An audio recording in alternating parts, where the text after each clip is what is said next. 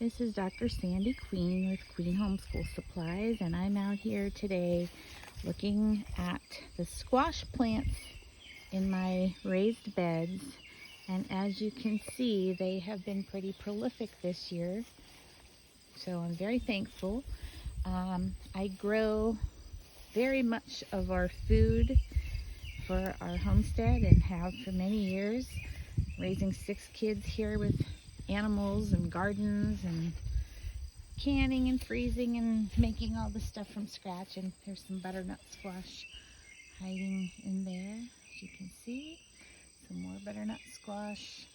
I've got butternut squash and spaghetti squash, and the squash has largely taken over my garden area.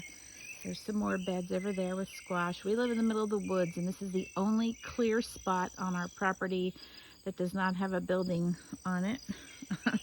So this is where my garden is. It's a mess. It's not a pretty garden, but it works.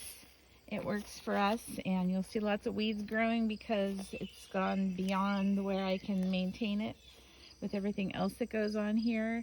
More butternut squash, more butternut squash. But then I want to show you the sadness of my tomato plants. They look so horribly, horribly sad. And I had all these plans this year on our homestead, like I always do, to make all of the pasta sauce and the salsa and all of the stuff that I make for us to eat throughout the year. There's the squash again, doing great. I'm going to focus on the squash because that's the only thing that's really doing great.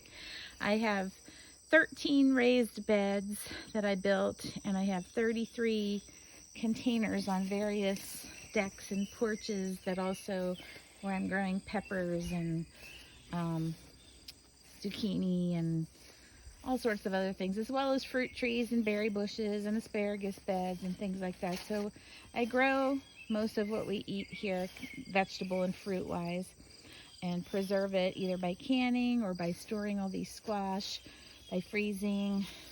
And I had big plans for the tomatoes this year, but the weather did not cooperate, as it did not cooperate for many people. There are some mashed potato squash, and yes, they do taste like mashed potatoes, but my husband will eat them even though they are squash, so that's why I grow them. And the reason I grow so much butternut squash is because my husband doesn't like vegetables, but he will eat my pasta sauce, which includes a lot of good stuff, including butternut squash. So I had planned to use all the tomatoes and butternut squash, peppers, onions, the different things that I grow to make a huge several batches of pasta sauce again to can. But I didn't get the tomatoes that I had hoped for. So instead I've got all these butternut squash coming. So what do you do when you're a homesteader and you rely on the food that you grow to feed your family, and the food that you wanted to grow just doesn't cooperate? You become flexible.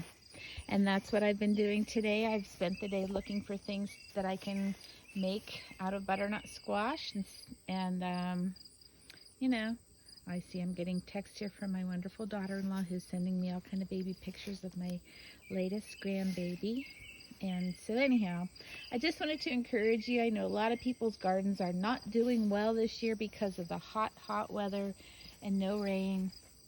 But, look for the good. Look for what you do have growing or going on and make the most of it. That's what I'm going to do with all this butternut squash. I have a daughter, Haley, who's growing. For some reason, she ended up with a ton of spaghetti squash, and I ended up with a ton of butternut squash. So we're going to do a trade when harvest time comes, and we'll each have several of each. I have a few spaghetti squash hidden somewhere in that monstrosity of a squash bed, but I know she needs some butternut squash, so I don't mind trading her some, or just giving her some. And I will make my butternut squash bacon soup and can that, and we will eat soup. That's what we do, is we grow what we eat what we grow, and if it doesn't work out the way we planned, then we eat something different instead.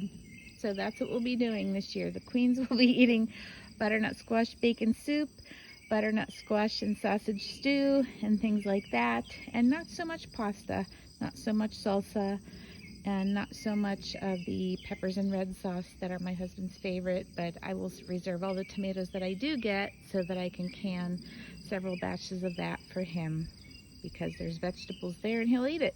So I hope that encourages you. Don't give up if your garden didn't do as well as you had hoped in every area.